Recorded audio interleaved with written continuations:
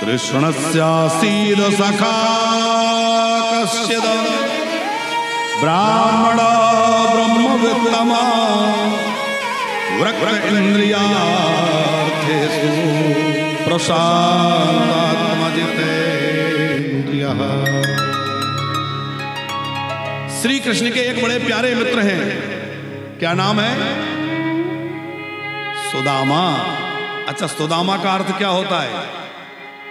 दाम माने होता है धन। जिसके पास सुंदर दाम है वह सुदामा है। और सुंदर दाम क्या है? सुंदर दाम है भगवान नाम की जो संपत्ति है वही सुंदर दाम है। कबीरा सब जग निर्धना, धनवंता नहीं कोई, और धनवंता ते ही जानिए, जाके राम नाम धन होए। सुदामा जी के पास भगवान नाम का धन है, भगवत प्रेम का धन है। कैसे हैं? इनका श्री कृष्ण से बड़ा गहरा संबंध है, मित्र का। तो हम बार बार कहते हैं कि भैया भगवान से अपना कोई रिश्ता जोड़ लो। केवल भगवान मान के मत पूजो, अपना भाई बना लो, पिता बना लो, स्वामी बना लो, अरे और तो और अपना बेटा बना लो। बाप बनने तो दुनिया तैयार है साहब, लेकिन एक कन्हैया ऐसा है जो बेटा भी बनने तैयार है। तुम बेटा बनाओ तो मैं बेटा बन जाऊंगा। बना के तो देखो। वो संत की बात हमें बार बार याद आती है। तांबड़िया जी, एक संत ने श्री कृष्ण को अपना पुत्र मान लिया था और बाल कृष्ण की सेवा करते थे। उनके तो कोई अपना संतान थी नहीं, थे तो गृहस्थ, पर संतान नहीं थी। एक बार उनके मन में हुआ कि प्रयाग में मेला लगा है, हम भी जाएं, गंगा स्नान करें। फिर विचार आया कि मेरा लाला घर में अकेला रह जाएगा, कौन देखभाल करेगा, तो नहीं गई। धीरे धीरे समय बीता, मृत्यु का समय आ गया, शरीर छूट गया। लोग अंतिम यात्रा निकाले और जैसे ही शमशान भूमि में ले जाके चिता पर रखने लगे, उसी समय 10-11 वर्ष का एक बच्चा आया और उस बच्चे के पास एक मटकी है जिसमें वो गंगा जल लिए है। कहा मैं इनका पुत्र हूं, मेरे पिताजी हैं, इनको गंगा जल की इच्छा थी, इसलिए मैं इनके लिए गंगा जल लेकर आया हूं। लोगों की बुद्धि ऐसी विस्मित हो गई कि कोई समझ नहीं पाए कि कौन बेटा कहां से आया। उसने अपने पिता के मुख में, उन संत के मुख में गंगा जल डाला, उनके चारों ओर गंगा जल छींटा और उसके बाद जैसे एक पुत्र अपने पिता के लिए अग्नि देता है, उसी प्रकार विधि पूर्वक उस बालक ने उन संत को अग्नि प्रदान करी। सब लोग पास में जो नदी थी उसमें स्नान करने, थोड़ा आचमन करने जाते हैं। ऐसे सब लोग गए तो आचमन करने लोग गए तो वो बालक जाता तो दिखा और लौटता किसी को नहीं दिखा। तब लोगों को ध्यान आया वो कौन था, कहां गया। तब समझ में आया वो कोई और नहीं था, वो साक्षात श्री कृष्ण थे जो अपना संबंध निभाने आए थे। भैया पुत्र माना था तो वो पुत्र का कर्तव्य पूरा करने आए थे। खास हमारे बच्चे हमारे समय पे हो सकता है ना आए। लखनऊ की सत्य घटना है, अभी हमने पिछली कथा में भी स्मरण किया था। गणेश प्रसाद जी, अखबार में भी छपी थी। पिता फौज में थे, रिटायर्ड हो गए, दोनों बच्चे बाहर विदेश में अमेरिका में रहते थे। माँ बीमार रहती थी, बार बार कहती थी बच्चों को बुला लो, बच्चों को बुला लो, पर वो नहीं आ पाए। छुट्टी नहीं है, छुट्टी नहीं है। और एक दिन माँ चल बसी। जब माँ की मृत्यु हो गई, पिता ने टेलीफोन किया, बेटा अब तुम्हारी माँ नहीं रही, अब तो आ जाओ। तो छोटा वाला आया। 3 दिनों बाद छोटा वाला बेटा आया। 3 दिनों तक किसी तरह उस सबको रखा गया। उस बूढ़े पिता ने पूछा, बेटा तेरा बड़ा भाई नहीं आया? तो उसके मुंह से सच्चाई निकल गई। उसने कहा, बड़े भैया बोले कि अभी छुट्टियां नहीं है, अभी तुम चले जाओ, पिताजी के समय पे मैं चला जाऊंगा। इतना सुनते ही पिता को इतना ज्यादा धक्का लगा कि तुमने हमारी मौत को भी बांट लिया। मां मरी है तो तू चला जा, पिता मरेगा तो मैं चला जाऊंगा। वो पिता कुछ बोला नहीं, अपने कमरे में गया और 10 मिनट बाद वहां से गोली चलने की आवाज आई। लोगों ने दरवाजा तोड़ा, देखा तो उसने अपने आप को गोली मार ली थी पिता ने। फौजी था, स्वाभिमानी व्यक्ति था। एक चिट्ठी वहां रखी थी और उस चिट्ठी में लिखा था, बेटा तुझे बहुत परेशान होना पड़ा, जो वहां से छुट्टी लेकर इतना परेशान होकर यहां आया। मैं नहीं चाहता कि तेरे बड़े भाई को भी परेशान होना पड़े, इसलिए अभी तो दोनों का काम एक साथ कर जाना, ताकि तेरे बड़े भाई को ना आना पड़े। आप सोचिए जमाना कहां जा रहा है, हमारी संवेदनाएं कितनी शून्य हो गई हैं, क्या स्थिति हो गई है समाज की।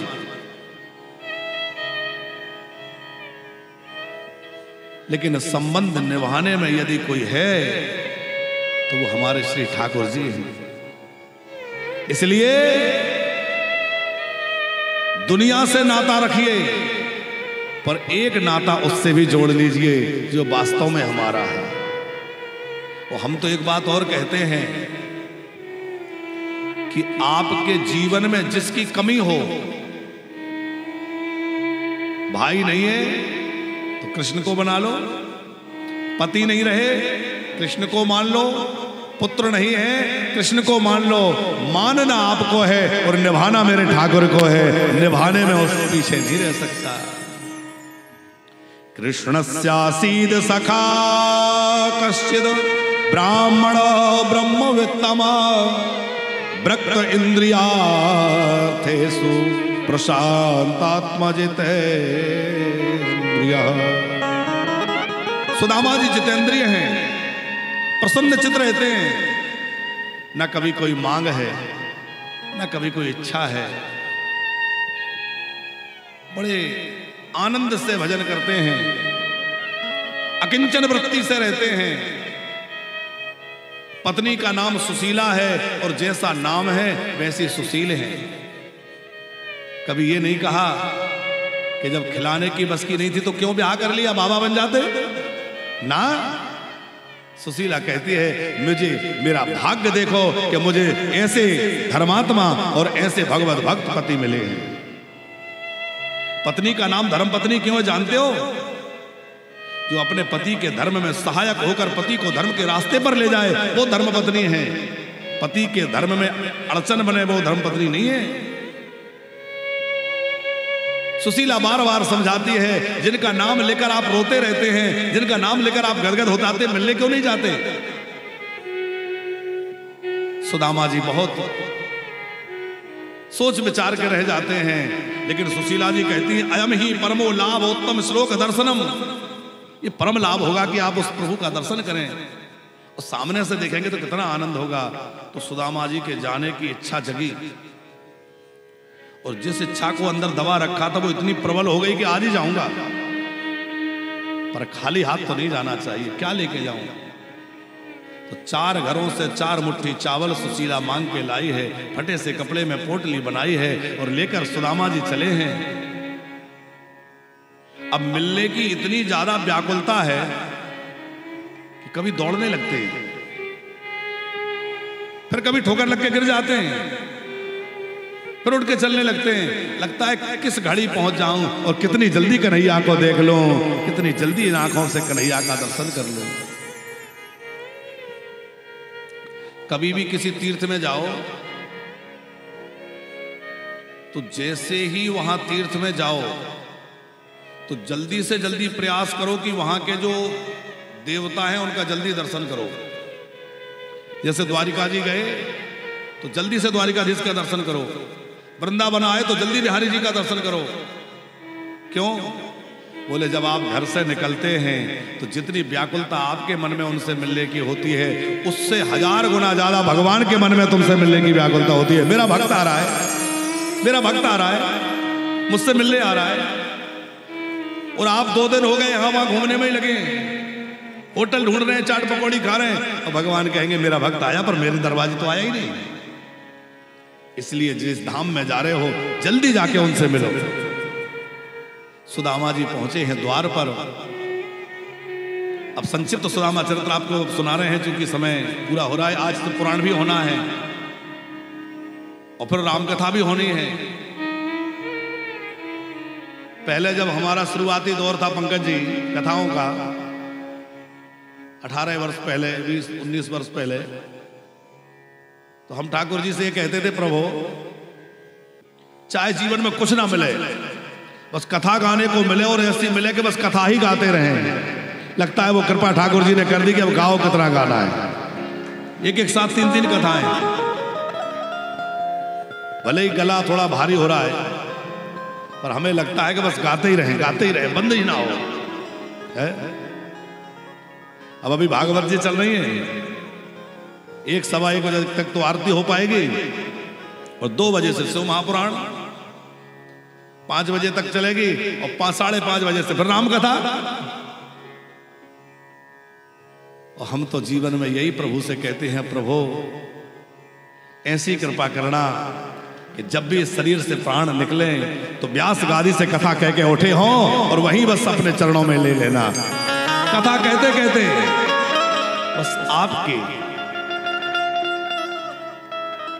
यश को गाते गाते, आपकी कीर्ति को गाते गाते ही ये जीवन आपके चरणों में समर्पित हो जाए। इस जीवन का और कोई उद्देश्य नहीं है, बस ये है कि आपके प्रियजनों की सेवा और आपकी कथा, आपके प्रेमियों की सेवा। ये जो वानप्रस्थ बन रहा है या कोई भी व्यवस्था है, ये सब क्या है? बोले हमारे प्यारे के प्यारे। वृंदावन में वास किसको मिलता है?